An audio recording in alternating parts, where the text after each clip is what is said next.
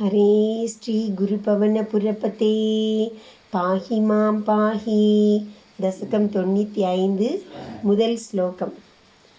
आदौ हैरण्यगर्भी तनुमविकलजीवात्मिकामास्थितस्त्वं जीवत्वं प्राप्य माया गुणगणखचितो वर्तसे विश्वयोने तत्रोद्धृतेन सत्त्वेन तु गुणयुगलं भक्तिभावं गतेन चित्वा सत्त्वं च हित्वा पुनरनुपहितो वर्तिता हे त्वमेव. आदौ हैरण्यगर्भी तनुम् अविकल जीव आत्मिकाम् आस्थितः त्वं जीवत्वं प्राप्य माया गुणगणखचितः वर्तसे विश्वयोने तत्र उद्वृद्धेन सत्त्वेन तु गुणयुगलं भक्तिभावं गतेन चित्वा सत्त्वं च हित्वा पुनः अनुपहितः वर्तिता हे त्वम् एव.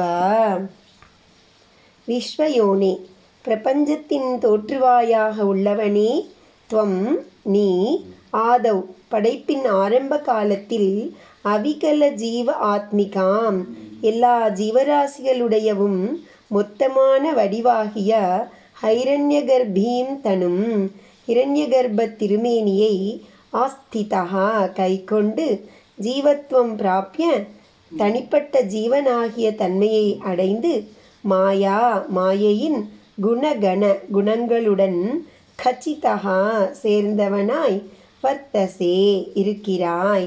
தத்ர அந்த குணங்களில் உத்விருத்தேன மிகவும் மேலோங்கியதும் பக்தி பாவம் கதேன பக்தி உணர்வாக மாறியதுமான சத்வேன து சத்வகுணத்தை கொண்டு குணயுகலம் ரஜஸ் தமஸ் என்ற இரு குணங்களையும் சித்வா அறுத்து சத்வம் ச பிறகு அந்த சத்வகுணத்தையும் கூட ஹித்வா விட்டொழித்து புனகா பிறகு அனுபஹிதா குணங்குறிகளை கடந்தவனாய் त्वमेव வர்த்திதாஹே நீயாகவே இருக்க கடவேன்.